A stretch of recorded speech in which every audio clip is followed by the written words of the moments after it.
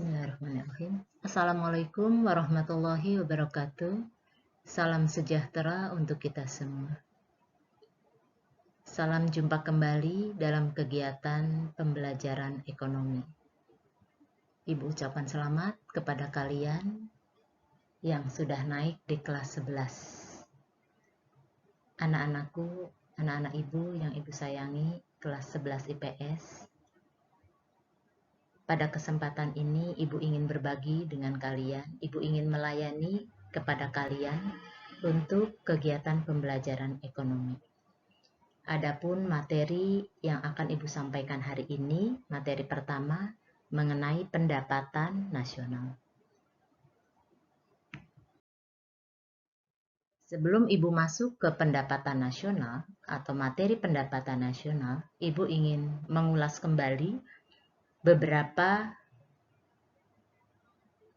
kegiatan yang terdapat di dalam sirkulasi ekonomi, yaitu kegiatan perekonomian dari beberapa sektor. Nah, Ibu tidak banyak mengulas materi ini karena Ibu yakin kalian sudah diperoleh di kelas 10. Nah, dalam proses kegiatan ekonomi ini merupakan landasan awal dalam perhitungan pendapatan nasional. Baiklah, pada kesempatan ini Ibu akan bahas beberapa pokok bahasan dalam pendapatan nasional. Ada 5 bahasan. Yang pertama adalah pengertian dan manfaat pendapatan nasional. Yang kedua, komponen pendapatan nasional. Yang ketiga, metode perhitungan pendapatan nasional. Yang keempat, pendapatan per kapita. Yang kelima, distribusi pendapatan. Yang pertama, pendapatan nasional. Apa itu pendapatan nasional? Definisi pendapatan nasional atau pengertian pendapatan nasional yaitu keseluruhan barang dan jasa yang dihasilkan oleh suatu negara dalam waktu 1 tahun. Nah, istilah yang sering digunakan dalam pendapatan nasional yaitu diantaranya selain NI atau national income, ada yang disebut PDB, GDP, PNB, dan GNP. Nah, istilah-istilah ini memiliki makna yang sama. Untuk itu, kalian nanti jangan sampai terkecoh kalau ditanya apa itu NI, apa itu PDB, apa GNP, dan PNB ini, maka kalian harus mengingat. Ini adalah istilah yang sama dari pendapatan nasional atau national income. Nah, berikutnya yaitu manfaat perhitungan pendapatan nasional. Ada beberapa manfaat pendapatan nasional ini. Jadi, dari hasil perhitungan pendapatan nasional, maka kita akan mengungkapkan beberapa manfaatnya. Yang pertama, untuk mengetahui struktur perekonomian suatu negara. Jadi, kalau kita ingin melihat struktur ekonomi suatu negara, apakah negara itu agraris atau industri, maka kita harus menghitung pendapatan nasional. Manfaat yang kedua yaitu untuk mengetahui kemajuan ekonomi atau perkembangan perekonomian dari tahun ke tahun. Apakah negara ini mengalami kemajuan, kemunduran, atau tetap? Yang ketiga, untuk mengetahui tingkat kemakmuran masyarakat setelah dibandingkan dengan jumlah penduduk, yaitu yang kita kenal dengan pendapatan per kapita. Yang keempat, untuk membandingkan perekonomian antar negara di dunia. Manfaat yang kelima adalah sebagai pedoman bagi pemerintah untuk mengambil kebijaksanaan yang berkaitan dengan perencanaan pembangunan ekonomi nasional. Ini biasanya adalah Menteri Ekonomi. Jadi perhitungan pendapatan nasional itu menjadikan suatu kebijakan pengambilan keputusan oleh Menteri Ekonomi. Harus bagaimana? Yang keenam, untuk mengetahui penggunaan pendapatan masyarakat. Yang ketujuh adalah sebagai pedoman untuk melaksanakan pembangunan. Adapun beberapa komponen untuk menghitung pendapatan nasional ini dikenal dengan 7 komponen. Yang pertama itu GDP, NDP, GDP, GNP, NNP, NNI, PI, dan DI. Nah, ketujuh komponen ini tolong nanti kalian pelajari dan pahami untuk konsep dari 7 komponen yang sudah Ibu sebutkan tadi. Berulang, GDP atau PDB, jumlah seluruh produksi yang dihasilkan masyarakat asing yang ada di kita dan masyarakat kita sendiri, ya. Awas jangan terbolak-balik, ini biasanya akan kalian itu konsepnya suka salah ya. Jadi GDP adalah jumlah seluruh produksi yang dihasilkan masyarakat, baik masyarakat asing yang berada di dalam negeri maupun masyarakat nasional dalam waktu 1 tahun. Nah, sedangkan GNP atau PNB atau PNB, seluruh produk yang dihasilkan oleh masyarakat suatu negara tanpa menghitung produk yang dihasilkan masyarakat asing di dalam negara dalam waktu tertentu atau dalam waktu 1 tahun periodenya ya. Baik. Komponen berikutnya adalah NNP atau Net National Product. NNP atau Net National Product atau sama dengan produk nasional bersih atau produk nasional bersih, yaitu GNP setelah dikurangi dengan penyusutan dan perbaikan barang modal. Komponen berikutnya yaitu NNI, Net National Income. Apa itu NNI? NNI atau pendapatan nasional bersih adalah NNP setelah dikurangi dengan pajak tidak langsung yang merupakan pendapatan nasional dihitung berdasarkan balas jasa yang diterima para pemilik faktor produksi. Komponen selanjutnya yaitu PI atau personal income. Apa itu PI? PI atau personal income sama dengan pendapatan perseorangan adalah NNI dikurangi dengan dana sosial, pajak perusahaan, laba yang ditahan, dan ditambah transfer payment pemerintah yang merupakan pendapatan yang diterima oleh masyarakat atau rumah tangga.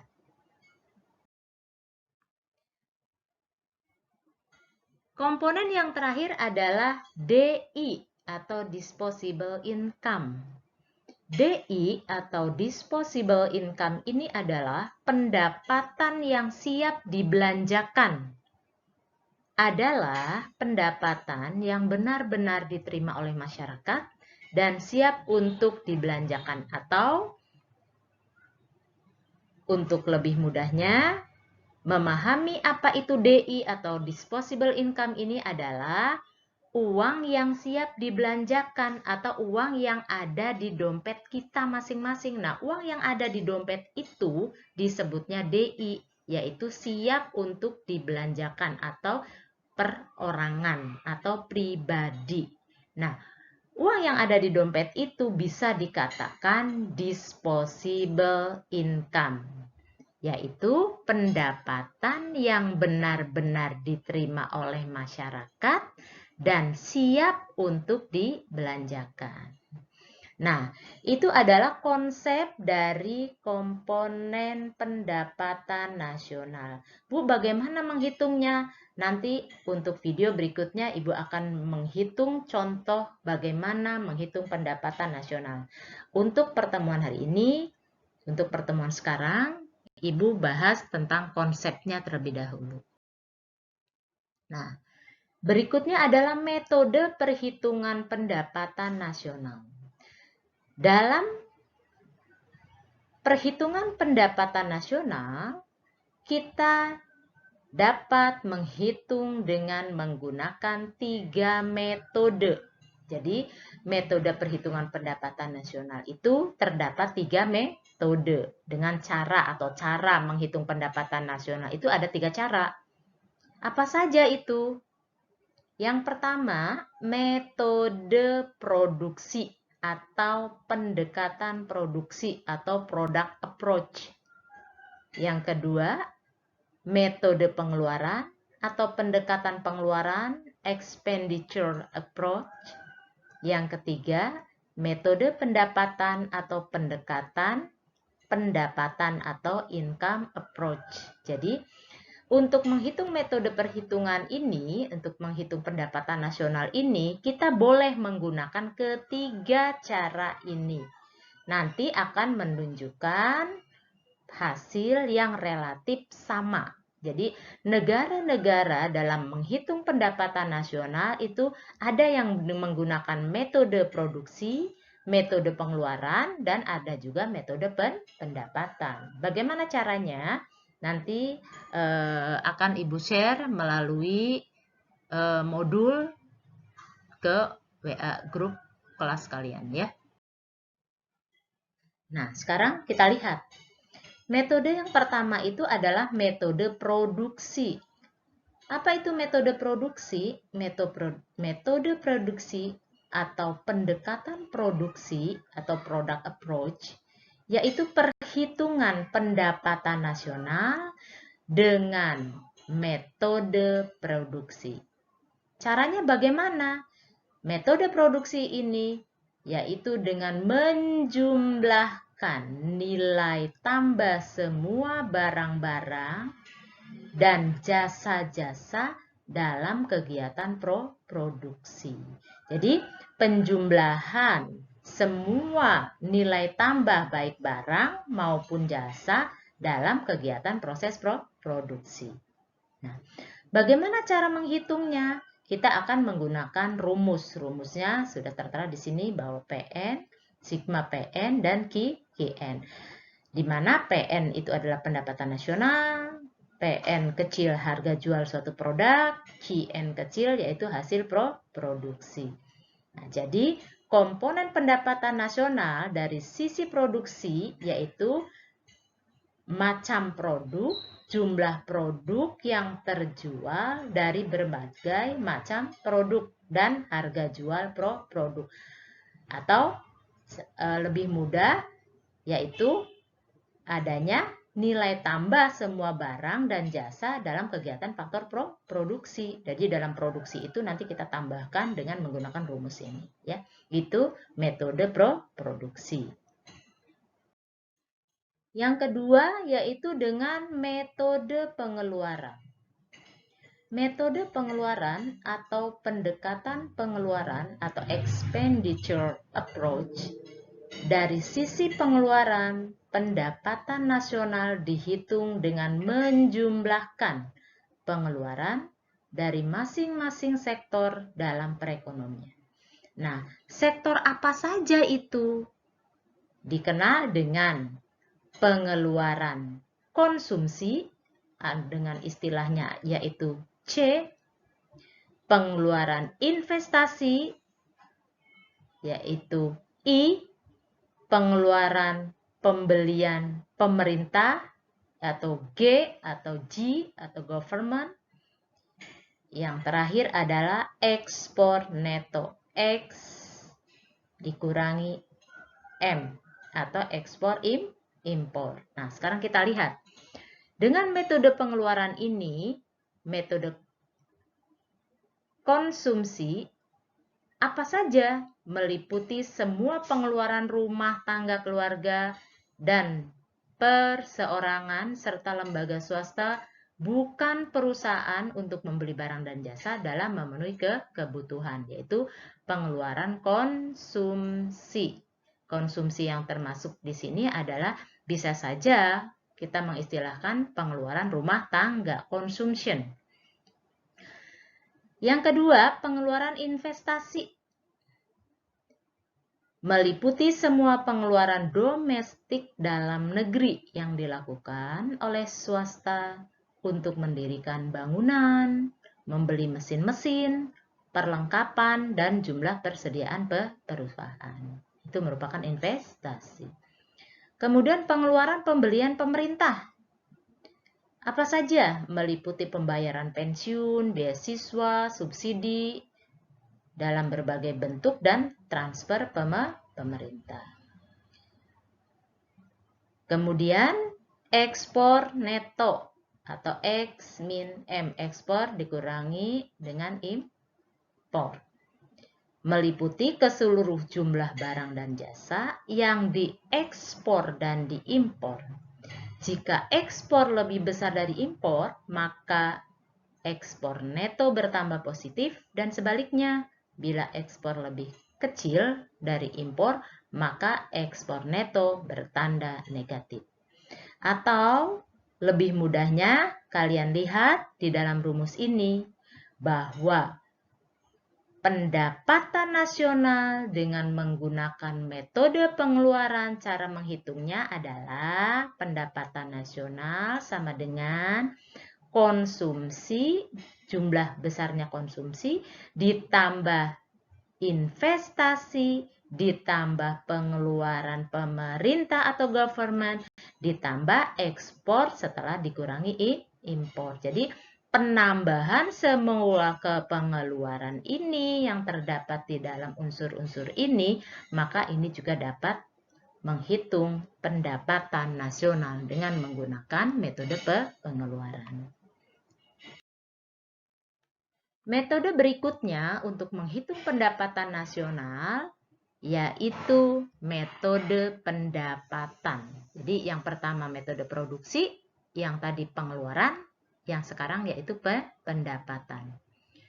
Metode pendapatan atau pendekatan pendapatan atau income approach, dari sisi pendapatan, pendapatan nasional dihitung dengan menjumlahkan pendapatan yang diterima oleh faktor produksi yang terdiri dari sewa, upah, dan gaji, bunga, juga laba. Jadi semua unsur pendapatan kita jumlahkan lagi, sama seperti tadi pengeluaran ya. Jadi dapat disimpulkan komponen pendapatan nasional dari sisi pendapatan atau menggunakan metode pendapatan ada 4 komponen. Ada sewa, simbolnya R, ada upah dan gaji, wage and salary income dengan simbolnya W kecil, bunga atau interest income, simbolnya I, laba usaha atau profit income atau disingkat dengan P kecil, sehingga dalam bentuk persamaan atau dapat dirumuskan bahwa untuk menghitung pendapatan nasional dengan menggunakan metode pendapatan atau pendekatan pendapatan, yaitu PN, pendapatan nasional, sama dengan R ditambah W ditambah I ditambah P. Jadi ini adalah rumus untuk menghitung pendapatan nasional dengan menggunakan metode pendapatan. Ya, untuk soalnya nanti Ibu akan membuat video tersendiri ya, nanti untuk bahasan berikutnya. Nah, selanjutnya kita akan masuk ke materi atau submateri pendapatan per kapita. Apa itu pendapatan per kapita?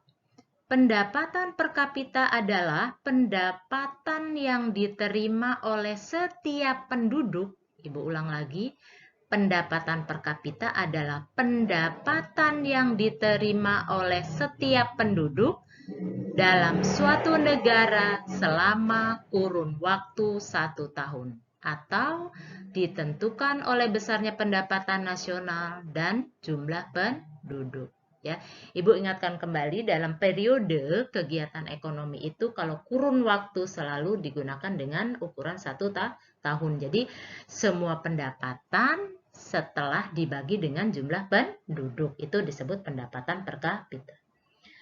Nah, pendapatan per kapita dapat dihitung dengan menggunakan rumus sebagai berikut. Jadi ada dua. Ada PDB per kapita, yaitu PDB tahun T dibagi dengan jumlah penduduk tahun T. Tahun ini maksudnya. Tahun yang bersangkutan ya. Sedangkan PNB, jadi kita akan bisa menghitung PDB atau PNB. Jadi PNB per kapita dapat menggunakan rumus PNB tahun T, tahun yang bersangkutan dibagi dengan jumlahnya penduduk. Ya, jadi untuk menghitung pendapatan per kapita dengan menggunakan dua rumus ini.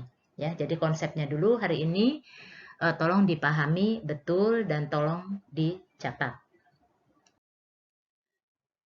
Adapun kriteria pendapatan per kapita. Tinggi rendahnya PDB atau PNB dan pendapatan per kapita suatu negara oleh Bank Dunia dikelompokkan dalam 4 kelompok berdasarkan pendapatan per kapita. Nah, ini Ibu ambil tahun 2003 atau terlalu jauh ya, jadi nanti kalian searching saja untuk yang terbaru, berapa kriteria dari pendapatan per kapita di tahun ini. Jadi ini sebagai konsep saja, Ibu ambil di 2003 dari World Bank ya. Adapun kriteria kelompok pertama adalah kelompok negara berpendapatan rendah atau low income statement.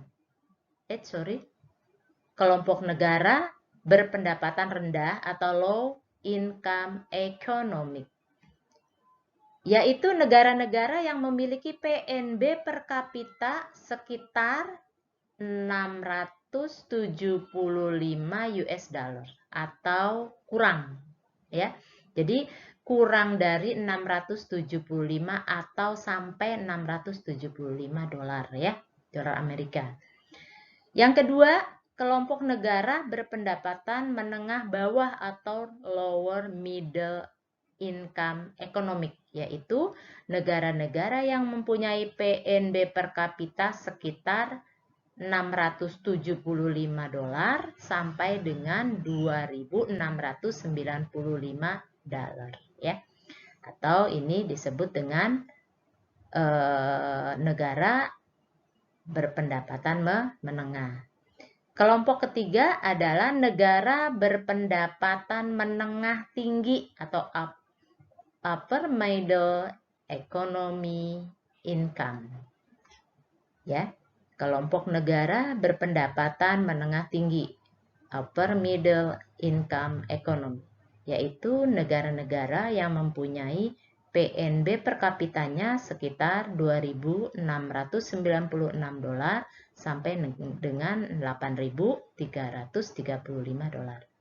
Yang terakhir yaitu kelompok negara berpendapatan tinggi, high income economy, yaitu negara-negara yang mempunyai PNB per kapita sekitar 8.335 dolar atau lebih. Ingat ya, ini adalah dari World Bank pendapatan per kapita tahun 2003. Jadi nanti kalian boleh searching di tahun yang terbaru. Jadi pada intinya kriteria dari pendapatan per kapita ini, dari sudut pendapatan per kapita kita bisa mengelompokkan, mengklasifikasi apakah negara bersangkutan itu negara maju, negara sedang atau negara berkembang. Nah, atau bahkan negara miskin. Ini dapat kita lihat dari pendapatan per kapitanya. Dari distribusi pendapatan tadi ini, maka dapat lihat dengan kurva yang disebut dengan kurva Lorenz. Apa itu kurva Lorenz? Nah, kurva Lorenz untuk mengetahui tingkat pemerataan distribusi pendapatan suatu negara.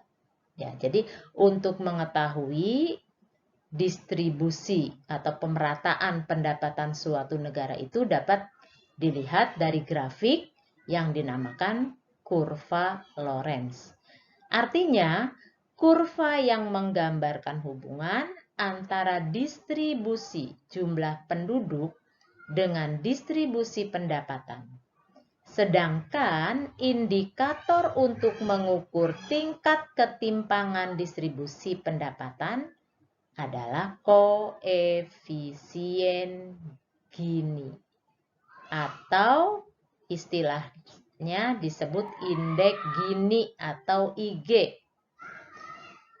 Nah, semakin tinggi atau besar indeks Gini, semakin tinggi tingkat ketidakmerataannya atau distribusi pendapatannya tidak merata atau timpang.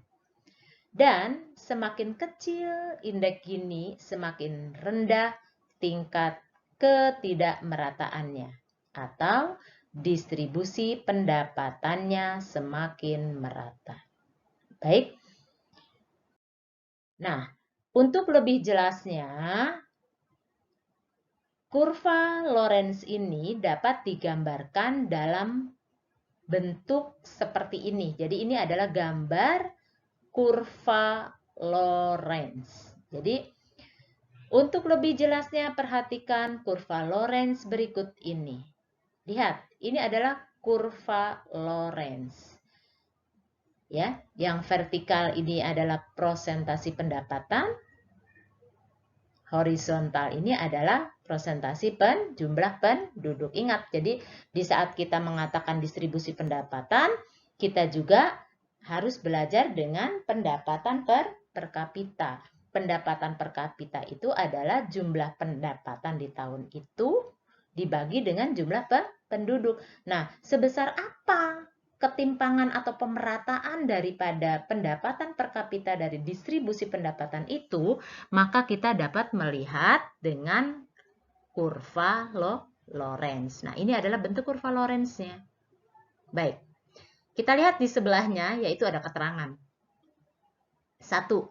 Semakin besar indeks Gini, semakin timpang atau tidak merata distribusi pendapatannya. Jadi semakin besar indeks Gininya, semakin timpang. Berarti kalau semakin timpang itu distribusi pendapatannya tidak merata. Jadi ada yang kaya-kaya sekali, ada yang miskin-miskin banget gitu. Nah, itu adalah distribusi pendapatan yang ditunjukkan oleh kurva Lorenz.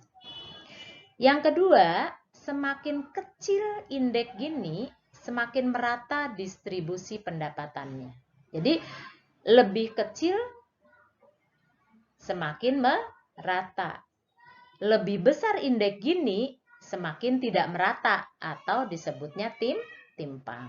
Ingat ini, awas ya. Konsep dari keterangan gambar ini yang satu dengan yang kedua ini adalah konsepnya. Yang ketiga, kurva Lorenz ditunjukkan garis lengkung OA. Mana itu garis lengkung OA? OA. Ini garis lengkungnya. Nah, di OA. Ini garis lengkungnya. Ya, jadi yang ketiga, kurva Lorenz ditunjukkan dari garis lengkung OA. Yang keempat, OA merupakan garis pemerataan sempurna. Nah, ini OA ini garis lengkung yang sempurna. Jadi tadi jika ini garis lengkungnya itu lebih besar ke sini, maka indeks Gininya semakin timpang. Semakin mepet, semakin kecil ke sini, semakin ke garis B ini, makin meratain yang kedua, ya. Baik, selanjutnya itu indeks Gini atau koefisien Gini dapat dirumuskan sebagai berikut.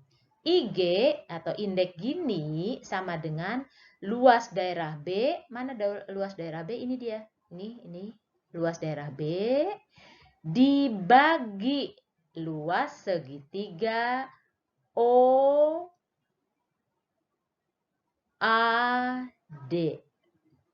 Nah, ini rumusnya, ya. Oke.